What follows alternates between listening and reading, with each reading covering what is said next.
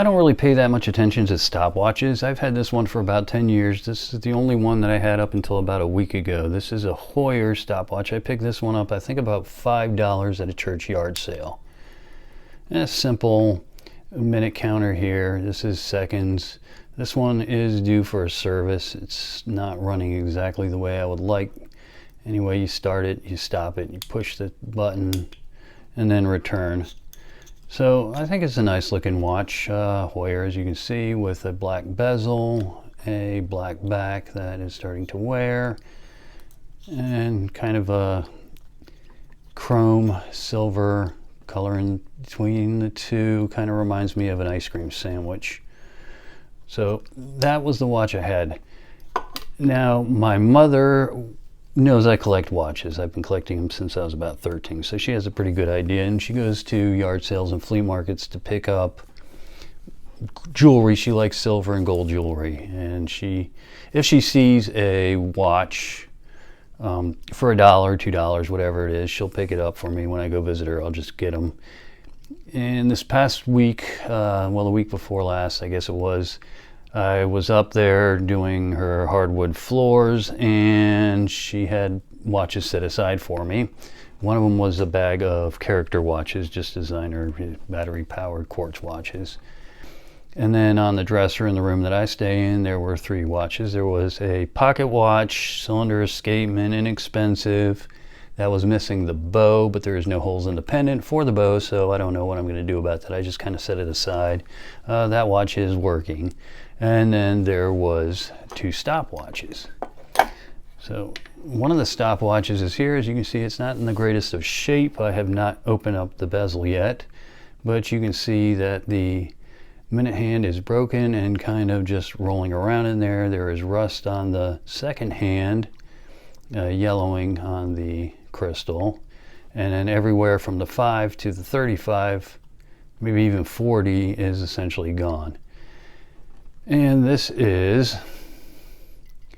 a Breitling 122, I think maybe 6, maybe 7 joules. It's not marked in here. Balance is bad, and as you can imagine, with anything that is marked Breitling, the prices are going to be high. So this one, I would have to replace the minute hand.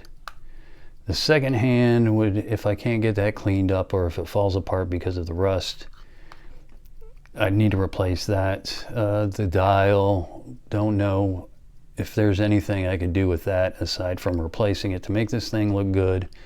And then, of course, the balance staff would need to be replaced. So anything that I do to this is going to be more expensive than what the watch is worth. This is just going to get set aside. All right, the gem of the bunch is right here. This is a Minerva stopwatch, split second stopwatch. Now you can see right down here, it does have a sub-second hand that continues to run even while the stopwatch is not engaged. Typical way to start a stopwatch: push the top button, and you can start timing, and then to stop, push the button again, and then return. Now, if you're timing laps, or if there's 2 people in a race, you start the stopwatch just as I did. Push this little button here. The hands split apart. And then the second lap is over right now. Okay, so there you go. There's your 2 laps. Push this button again. The hands return to 1. Push this again, and you restart, or you're back to 0.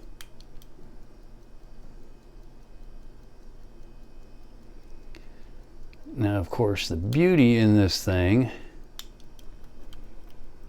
is back here.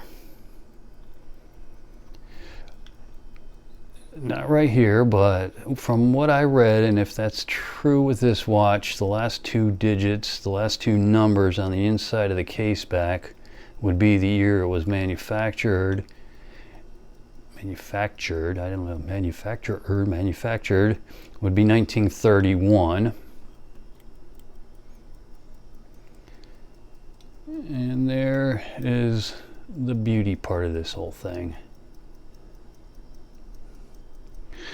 I just love complicated watches.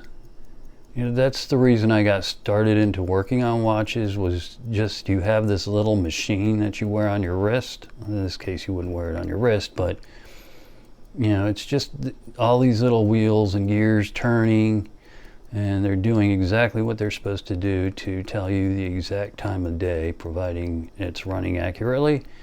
But just seeing this, I think, is the beautiful part of a watch. Not that that's ugly, and this one is in pretty good shape. A little bit of wear on the back,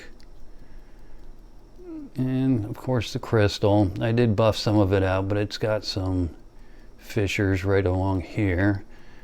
Everything else is in really good shape, and she got these two at the same place, so maybe they wore this one out and took care of this one. Maybe they left this one outside and dropped it, forgot about it, whatever, I don't know.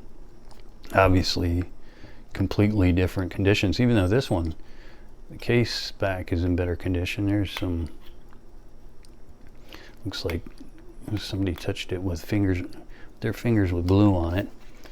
But yeah, this is just a great little thing, and I told her, you know, you did good on this one. So anyway, yeah, there is the Minerva Split Second Chronograph stopwatch, not a chronograph. Chronograph would actually tell you the time. Minerva did make these that told the time. Unfortunately, this isn't one of them. And I don't really time anything, so it's just kind of a cool thing to have. Yeah, so there are my 3 stopwatches. Breitling, not really doing a whole lot. Minerva, beautiful little machine, and the Heuer, my ice cream sandwich. So anyway, if you like this video, click like, subscribe. Thanks for watching, and you can comment if you want to. Thanks for watching. Bye.